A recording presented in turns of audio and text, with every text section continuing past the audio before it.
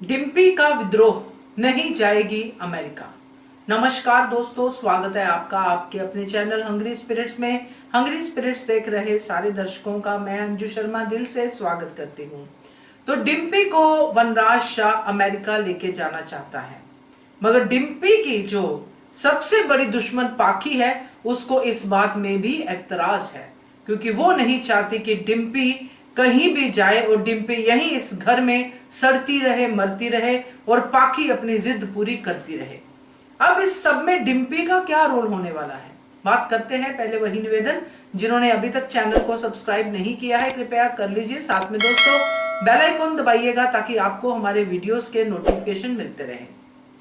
जिस तरह से हम देख पा रहे हैं इस पर्टिकुलर डिम्पी वाले ट्रैक को, तो इसमें डिम्पी पे दबाव बढ़ता ही जा रहा है। वनराज शाह कम नहीं था, अब पाखी भी डिम्पी पे दबाव बनाना शुरू कर चुकी है। और जब दोस्तों दबाव बहुत ज्यादा बढ़ जाता है तो फिर कोई भी हो एक लिमिट तक ही उस दबाव को सहन कर पाता है, फिर फट ही जाता है। और ऐसा ही कुछ अब डिम्पी के साथ होने वाला है। अब डिम्पी विद्रोह पे आ सकती है, क्योंकि काव्या भी उसकी सपोर्ट में है, बापूजी भी उसकी सपोर्ट में है और कहीं ना कहीं बा भी, क्योंकि बा ने भी आज कह दिया कि तू लगा देना इसको 4 थप्पड़, मैं तेरे साथ हूं। तो डिम्पी के साथ तो अब है सेना, मगर वनराज शाह अकेला है। अगर पाखी कुछ है भी उसके साथ, तो पाखी अपने लेवल पे अपनी लड़ाई डिम्पी से लड़ रही है। अब इस पूरे चक्कर में वनराज शाह जो है डिम्पी को अमेरिका लेके जाना चाहता है, तो इसका मतलब यह है कि वनराज शाह को डिम्पी पे शक है। उसको ये लगता है कि डिम्पी भी टीटू से मिलने जाएगी, जबकि डिम्पी चीख चीख के कहती है कि मेरा ऐसा कुछ नहीं है, मैं ऐसा कुछ नहीं करूंगी। अब मोहल्ले वाले भी आ गए हैं कि डिम्पी जो है यहीं पे अमेरिका बनाएगी, तो इसको अमेरिका ले जाओ। अब ये सारे लांछन लेके क्या डिम्पी अमेरिका जा पाएगी? अगर अभी भी डिम्पी विद्रोह नहीं करती है तो कब करेगी विद्रोह? अपने करैक्टर पे क्या ऐसे ही लोगों को उंगलियां उठाने देगी? जहां तक मैं सोच पा रही हूं डिम्पी ऐसा नहीं करेगी। डिम्पी यहाँ पे साफ साफ कहेगी कि यहीं पे मैं अपने आप को सही साबित करूंगी और इस पाखी को गलत साबित करूंगी, क्योंकि ये पाखी ने ही फैलाया है पूरे मोहल्ले में कि मेरा क्या करैक्टर है, कैसी हूं मैं।